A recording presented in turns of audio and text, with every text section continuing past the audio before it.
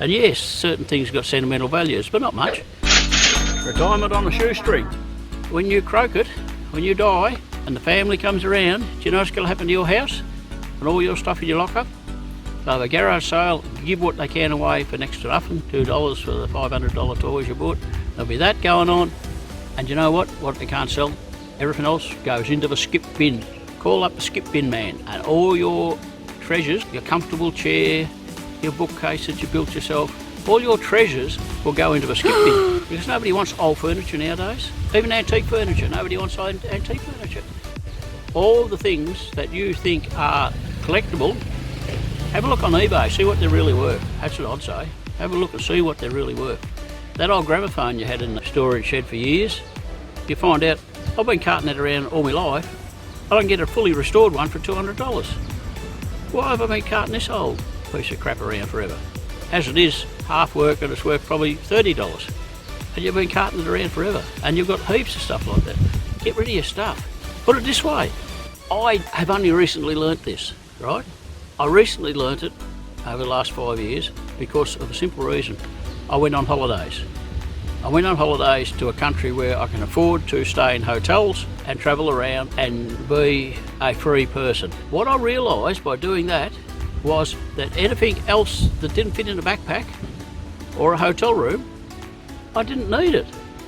I just needed a toothbrush, some soap, a couple of changes of clothes, a razor and my phone, my passport, camera, most of my phone nowadays.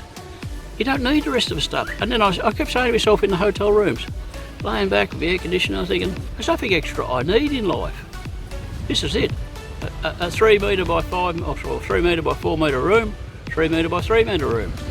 Comfortable, a good bed, a telly, air conditioner, go outside and eat up the street, go out for a walk, see the sights of a different country. The brain is entertained and amused. Absolutely fantastic. But that made me realise that I did not need a big house. I didn't need a big house. I need a very small place to live.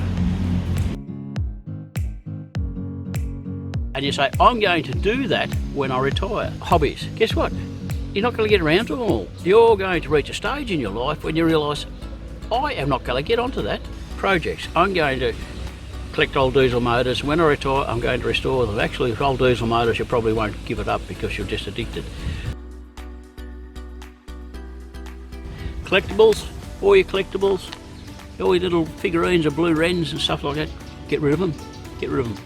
If you sell them, somebody who's paid for them will appreciate it. So we're not going to be thrown in a skip. If you leave them till you die or go to the old folks' home, they'll go in a skip. And yes, certain things got sentimental values, but not much. Now, way you get rid of stuff, what am I going to do with this stuff? I've got to take it to a tip, it's going to cost me money to take it to a tip.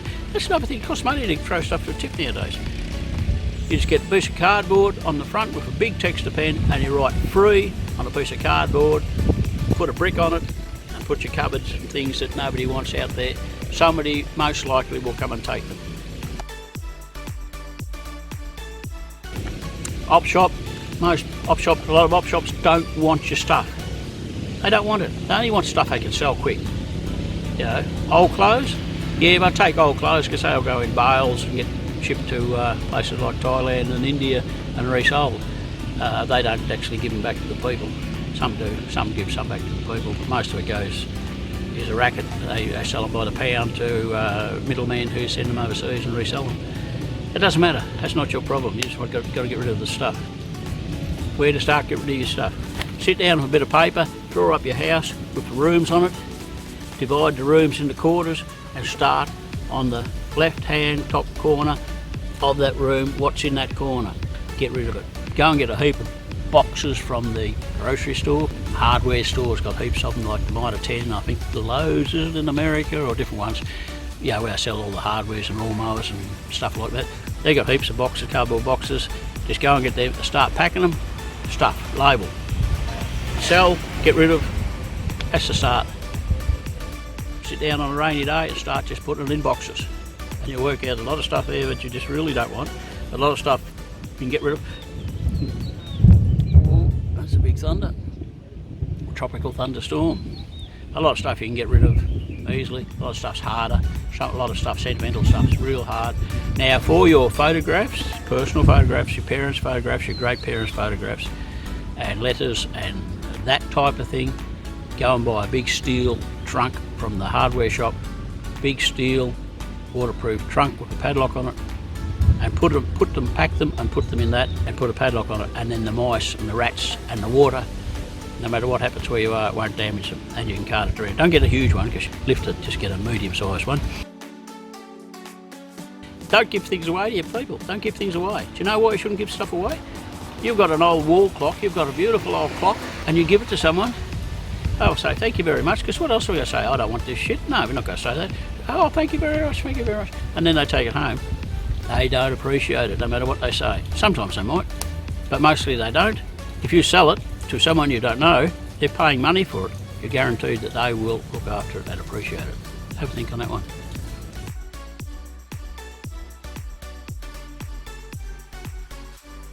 You retire, you move to another town. You move to another town, you relocate, reorganise your life. What do you do with your stuff? You go and put it in a lock-up, storage unit. And then what do? You pay a lot of money because you've collected a lot of stuff. And then you move to another town for whatever reasons. And then you've got to relocate all that stuff into another storage unit. And then you get the house where you're going and you find it's not that big. And you suddenly realise, how much am I paying for these storage units each year? And then that's when you start to realise, I don't need this stuff. I don't need it. It's just an anchor around my neck.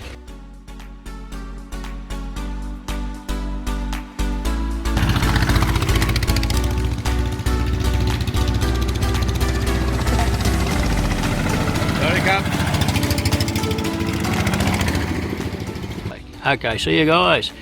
I'll try and put another video up soon. Have a good life wherever you are.